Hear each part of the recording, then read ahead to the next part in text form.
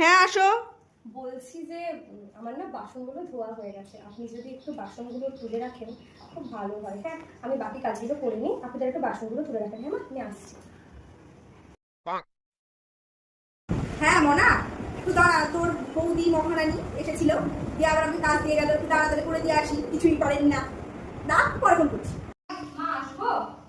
আবার কি হলো? বলছি যে আমি না আপনাদের একটু চা করে গেছি। বাবা বৌমা তুমি কি ভালো, আমার না খুব চা তেষ্টা পেয়েছিল। আমি দাও বুঝতেই দাও দাও। পেরেছি আপনার চা তেষ্টা পেয়েছে।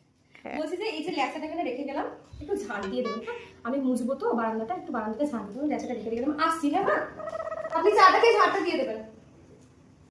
দেখেছিস মনা, ওই মহারানী আমাকে চাটা ধরিয়ে দিয়ে গেল, মানে ঘুষ ঘুষ দিয়ে গেল, আর ল্যাচাটাও ধরিয়ে দিয়ে চলে গেল। ভাব যাই ঝাড়টা আবার দিয়ে আসি, না হলে তো আবার ছেলের কাছে কমপ্লেন করবে যে মা কিছুই করে না, বসে বসে খায়।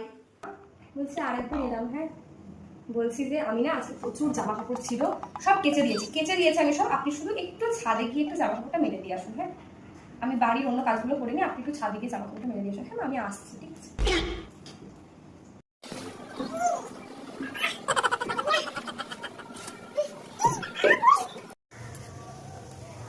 হ্যালো মোনা, আর বলিস না, দেখ তোর বৌদি আমাকে দিয়ে কাজ করাচ্ছে। এই বয়সে আমাকে এই সিঁড়ি ভেঙে, হাঁটুতে ব্যথা, সিঁড়ি ভেঙে আমাকে উঠে এখন বালতি ধরিয়ে দিয়েছে জামা কাপড়ে। আবার বলছে যে সব কাজ আমি করছি, আপনি একটু মেলে দিয়ে আসুন। এই ছিল আমার কপালে, বয়সকালে বৌমা নিয়ে এসেছি, ভাবলাম একটু বসে বসে খাবো পা তুলে, তা আমার কপালে কি আছে?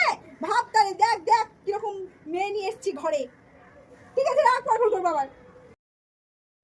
হ্যাঁ ঠিকই তো, মায়ের তো